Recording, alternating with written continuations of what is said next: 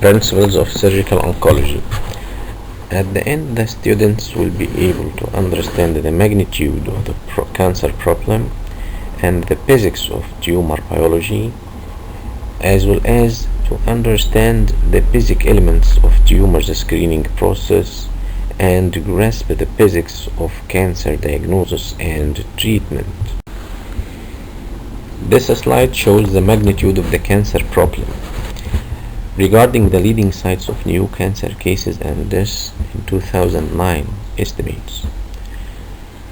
As regards the newly diagnosed cases, prostatic cancer represents the highest number of newly diagnosed cases among male, followed by lung and colorectal cancer, while in female, breast estimates the highest number of newly diagnosed cases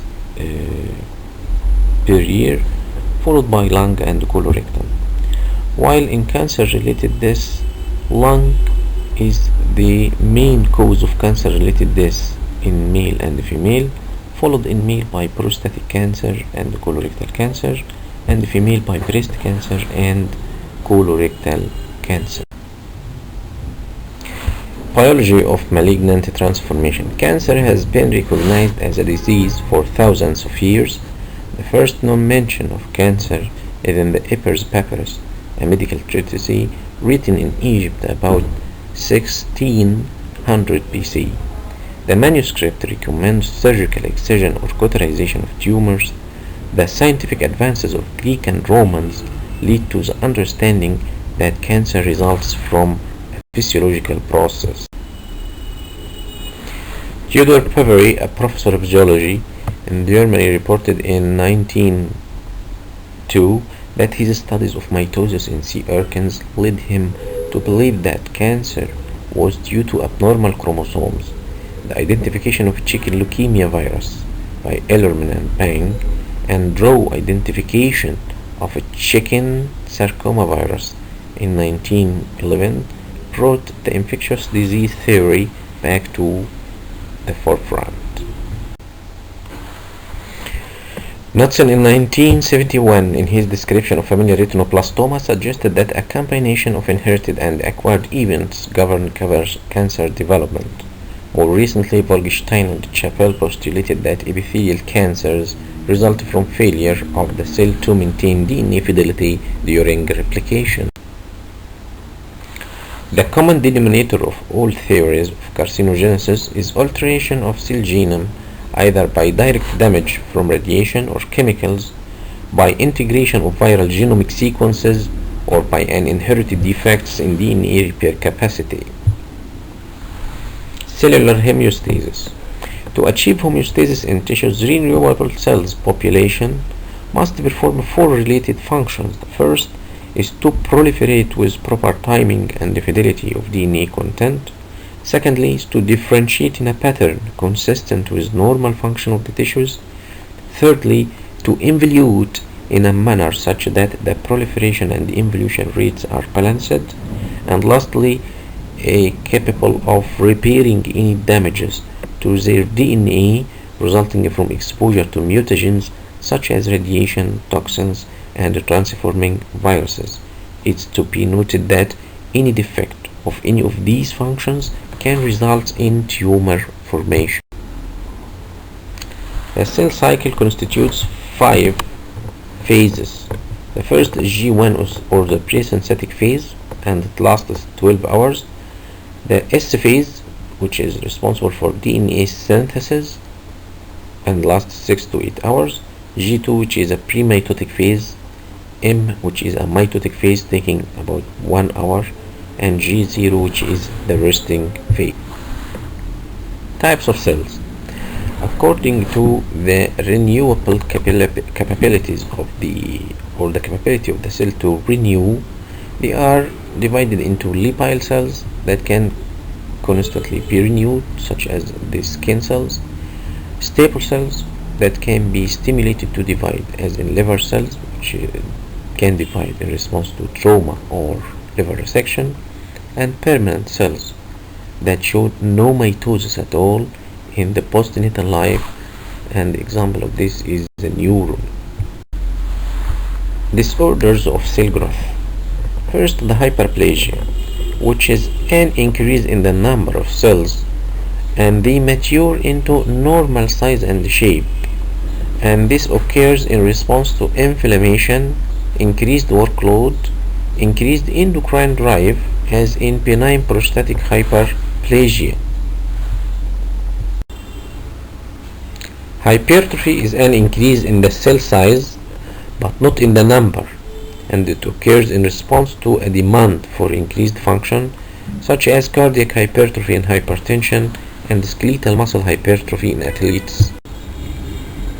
However, metaplasia is a reversible replacement of one differentiated cell type with another different type, and it occurs as an adaptive response, as in chronic irritation, as in cases of replacement of the squamous cells of the lower esophageal sphincter by gastric type mucosal cells, as a precancerous lesion in parotesophageal metaplasia. Dysplasia is a disordered cellular development.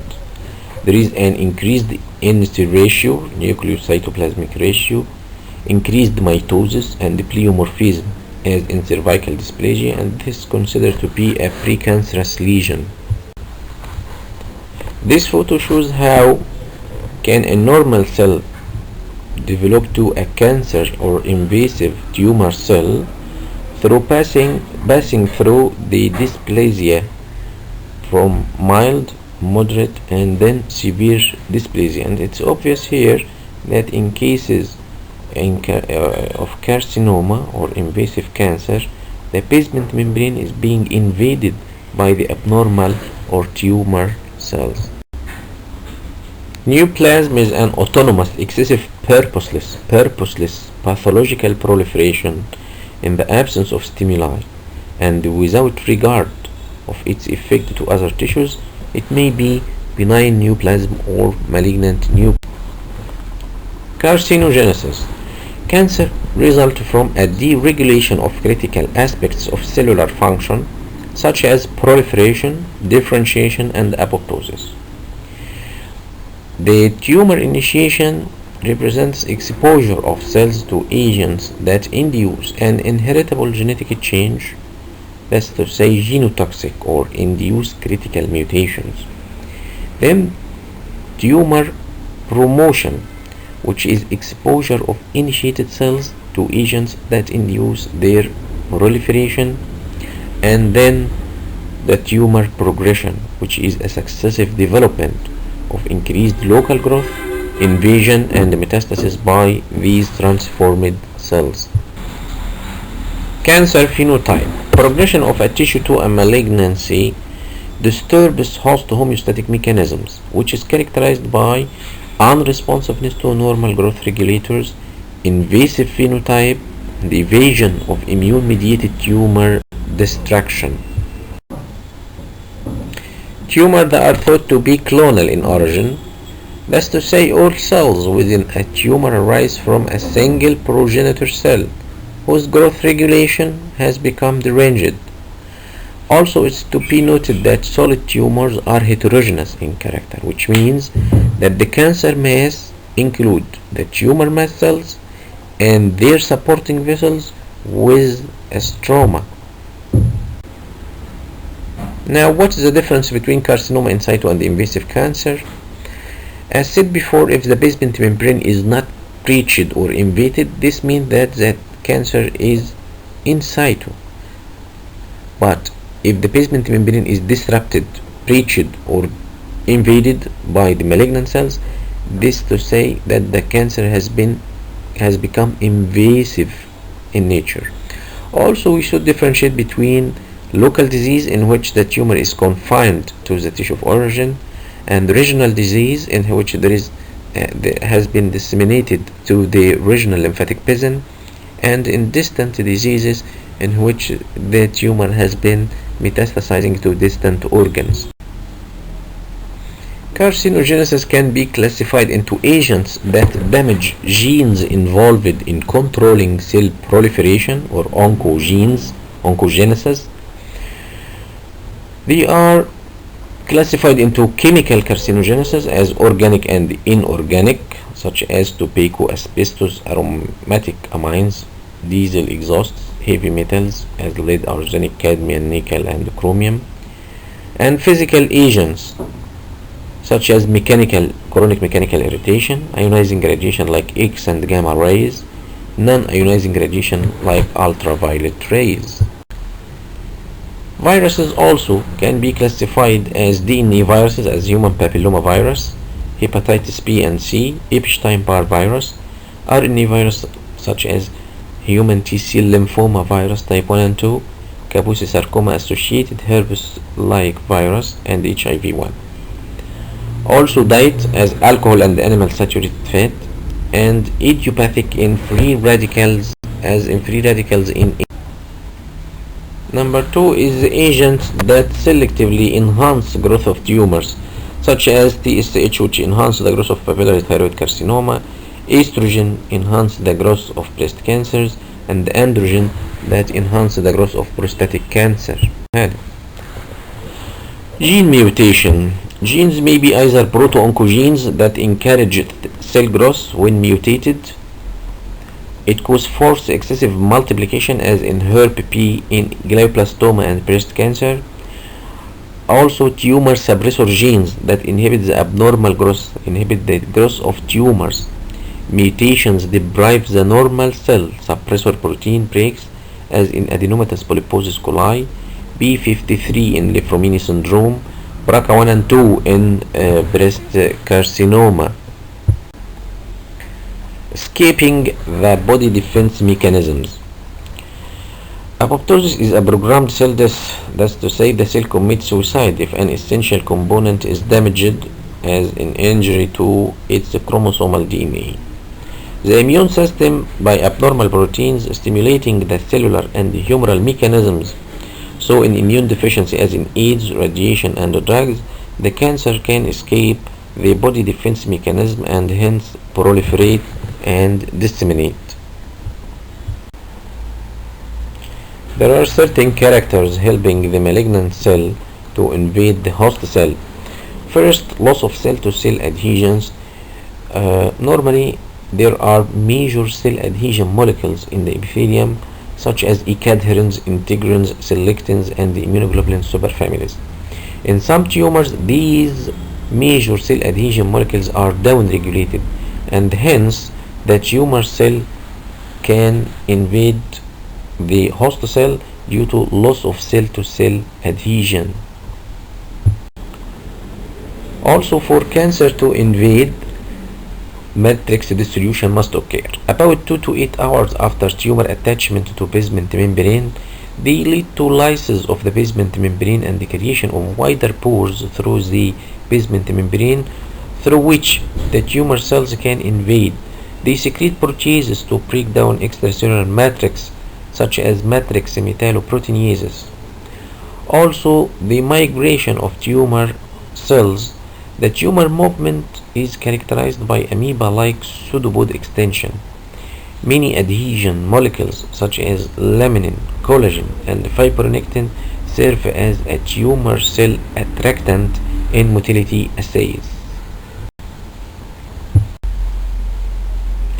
Angiogenesis, which is the formation of new vessels within a cancer mass, is a complex and complicated process. The tumor cells secrete some growth factors, like as vascular encellular growth factor, tumor necrosis factor, fibroblast growth factor, platelet-derived epithelial growth factors. These factors can help in the formation of new vessels and the invasion of the tumor cell mass by endothelial cells, and then forming its own blood supply that may later on disseminate through the circulation and leads to increasing the rate of metastasis. Extravasation means that the tumor cell can migrate through vessel wall by increased expression of integrin VLA4 in melanoma and reduce the expression of an M23 gene is associated with increased metastasis in breast carcinoma. There are many modes that a tumor can spread through. First, the local spread, then lymphatic spread through the regional lymphatic basins, blood-borne mainly to the lung, liver, bone, and the brain, transcavitary as in transperitoneal spread of gastric cancer and forming a Krokenberg tumor, perineural through the nerve sheath, and the contact spread as occur in cancer lip. Cancer can spread from the lower lip to the upper lip. Cancer grading. Grading is the measurement of tumor aggression and depends on its differentiation, that is to say resemblance to the cells of origin. It may be well differentiated tumors, moderately differentiated tumor, and poorly differentiated tumor. It's to be mentioned here that well differentiated tumor carries the best prognosis, while poorly differentiated tumor carries a worse or the worst. However, cancer staging is a measure of tumor extension. Here the slide representing the TNM staging of the breast cancer. T refers to tumor size, N refers to lymph node status, and M refers to the metastasis. Diagnosis of cancer. The early detection of cancer comprises two elements: screening, which is detection of asymptomatic cases that could be done through radiology as in mammography for breast cancer, or using tumor markers as in prostatic specific antigen in prostatic cancer, or by colonoscopy in cases of adenomatous polyposis coli.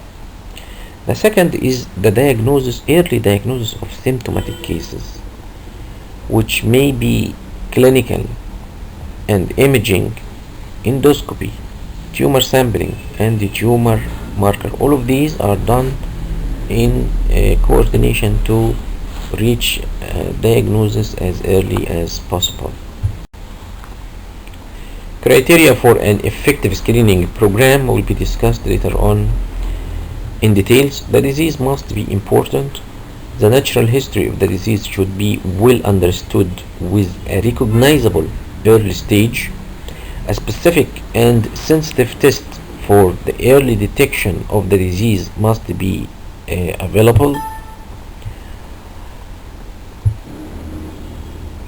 Also, there should be good evidence that the screening test can result in reduced mortality and morbidity in the targeted population. The test must be acceptable so as to produce a high participation rate. Tumor sampling. Tumor sampling means to get a sample of the tumor before we can interfere surgically with the tumor for better diagnosis, to know whether it is benign or malignant. It could be achieved through tissue biopsy, which is taken through TrueCut needle, or endoscopic biopsy or operative biopsies.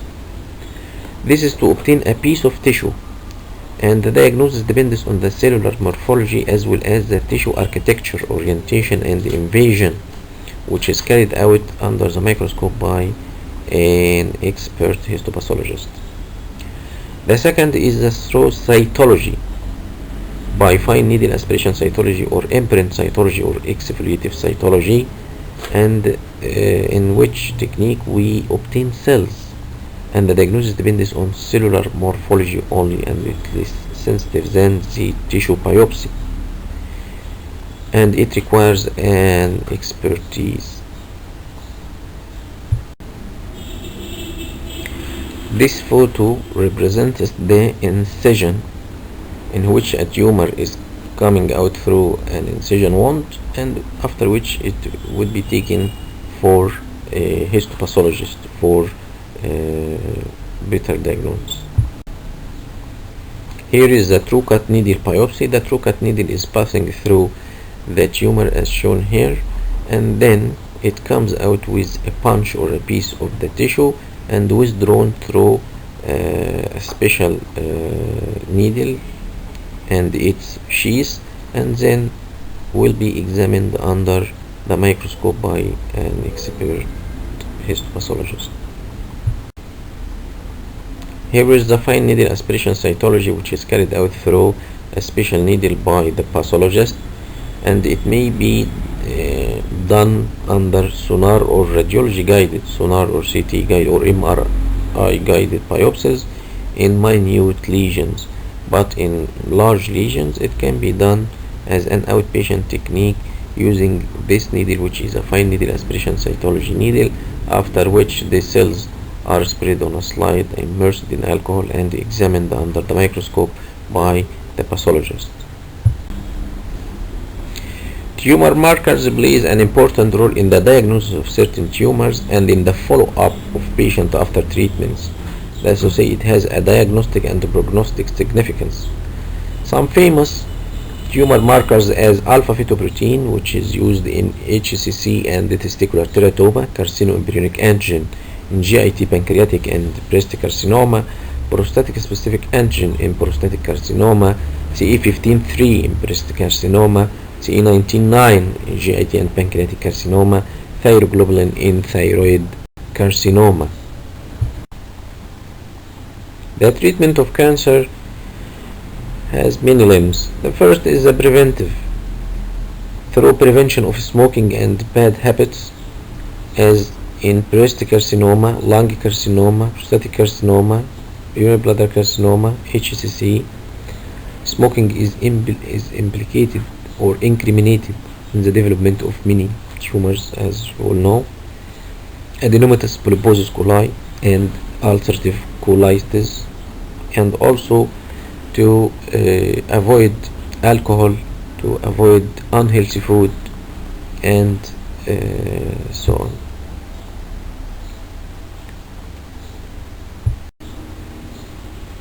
However, the standard modalities of treatment of cancer include surgery, radiotherapy, chemotherapy, hormonal therapy, and immunotherapy.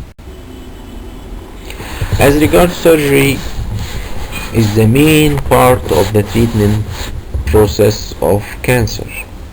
Surgery must be radical, and radical means root, and radicality in surgery meaning removal of the tumor from its root.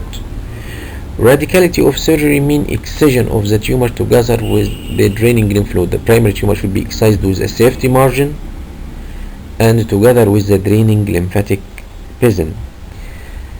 The resection could be R0, that means there is no macroscopic or microscopic remnant at the surgical site. R1, which means that there is a microscopic remnant left behind the surgeon, and R2, in which there is a macroscopic as well as a microscopic remnant left in the tumor bedside. The primary tumor must be excised, as mentioned before, with a safety margin of the normal healthy surrounding tissues, and the lymph nodes should be removed as well. In GIT carcinoma, they are routinely excised with the primary tumor. Breast carcinoma may be excised or irradiated according to the location and the stage of the tumor. And head and neck and the skin, they're treated only if they are positive or involved. And it's to be noted that whenever possible, the lymphatics should be removed in continuity with the tumor, and this is known as en-bloc resection of the. During surgery, we have to be cautious to avoid spillage of malignant cells either locally or through the blood. Surgery has the advantage of being quick, effective, and causes the large number of cures, and confirms full ablation of the tumor, with especially if it is done with clear safety margin. It has some disadvantages like functional and cosmetic disabilities, and also it is not applicable if the tumor is being fixed to a vital structure or in cases of metastasis. Radiotherapy may replace surgery or may be given in addition, new adjuvant before surgery or adjuvant meaning after surgery.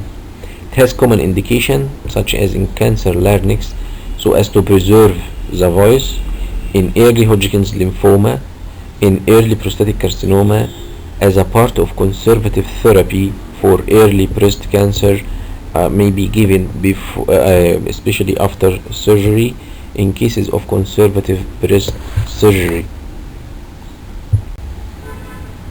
Radiotherapy is given by powerful X-rays, gamma rays, electrons, or heavy particles that are directed to the tumor by one of the two main methods, either therapy, cobalt and linear accelerators, or brachytherapy by implanted needle at the tissue bed or the tumor bed after being excised or before it is excised. Advantages: it preserves the surrounding structures and can destroy microscopic extensions around a tumor that may escape the scalpel, or safer option for old fragile patient, and it usually does not require hospitalization. It has some disadvantages, as some adenocarcinomas are much less sensitive for radiotherapy, and it causes burns of the skin or enteritis which are difficult to treat.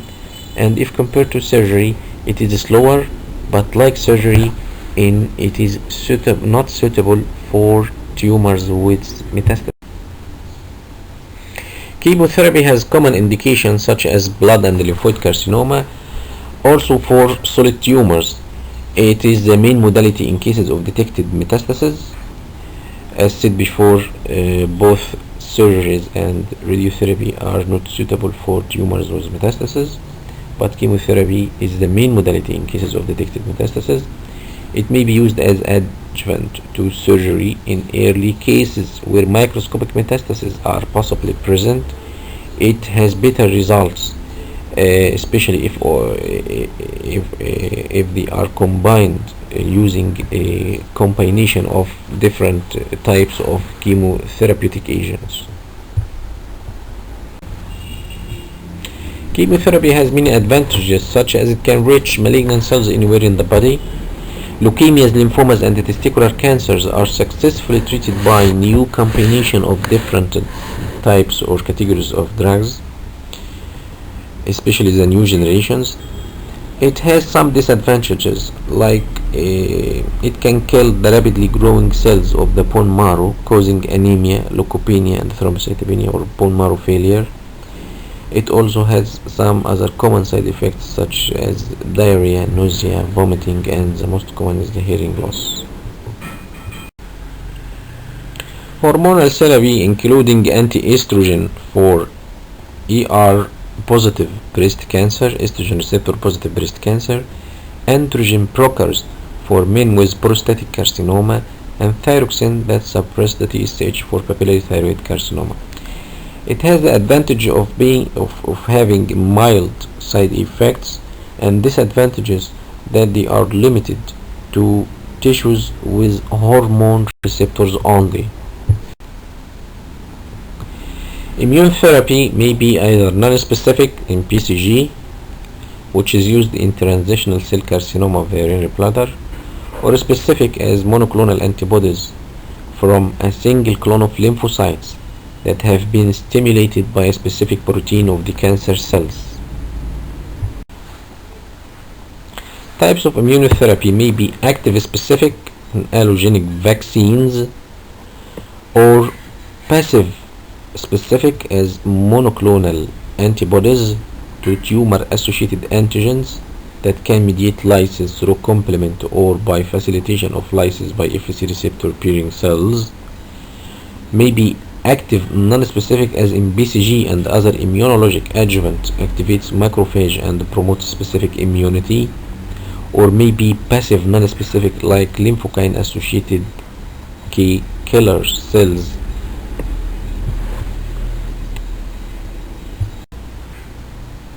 Biologic therapy. The most common type of biologic therapy for cancer is the administration of recombinant cytokines such as interleukin-2 and interferon alpha alone or in combination with chemotherapy, known as biochemotherapy. Bone marrow transplantation is not a therapy itself. It is indicated to strengthen the depleted bone marrow that's weakened by high potentially curative doses of radiotherapy or chemotherapy. It has two sources, maybe allogenic donations or autologous donations. The prognosis of malignancy depends mainly upon the survival and recurrence rate. Both the survival and recurrence rate is used as a measure for the prognosis of a certain cancer. It usually measured in 5 or 10 years. We say 5 or 10 year survival rate, 5 or 10 year recurrence rate. And the future of the cancer is toward wider application of early detection programs, refinement of established modalities of treatment, gene therapy and individualized therapy, control of angiogenesis, better targeting of the therapy.